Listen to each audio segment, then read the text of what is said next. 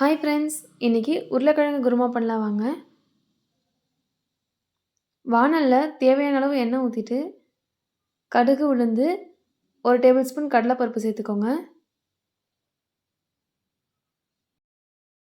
அது நல்லா பொரிஞ்சதும் கருவேப்பிலை, 5 பச்சை மிளகாய் சேர்த்துக்கோங்க. சேர்த்துட்டு நல்லா வதக்கிட்டு, கட் பண்ணி வச்சிருக்க வெங்காயம் சேர்த்துக்கலாம். வெங்காயத்தை சேர்த்து நல்லா வதக்கிக்கோங்க. 1/2 டேபிள் ஸ்பூன் இஞ்சி பூண்டு பேஸ்ட்டு, கட் பண்ணி வச்சிருக்க தக்காளி சேர்த்து நல்லா வதக்கிக்கலாம்.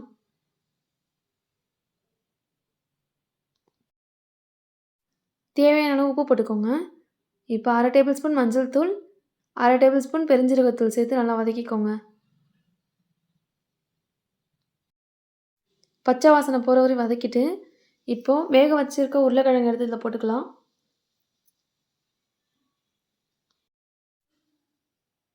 நல்லா கிளறிக்கோங்க. இப்போது குருமாவுக்கு தேவையான அளவு தண்ணி ஊற்றிக்கோங்க.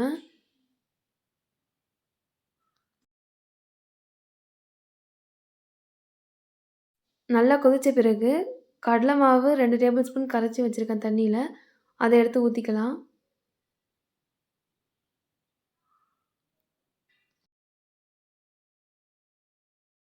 ஃபைவ் மினிட்ஸ் நல்லா லோ ஃப்ளேம்லேயே கொதிக்கட்டும். கடைசியாக கொத்தமல்லி தழை போட்டு இறக்கிக்கோங்க.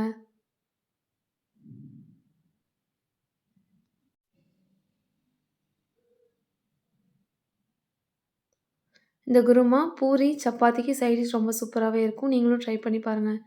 தேங்க் யூ ஃபார் வாட்சிங்.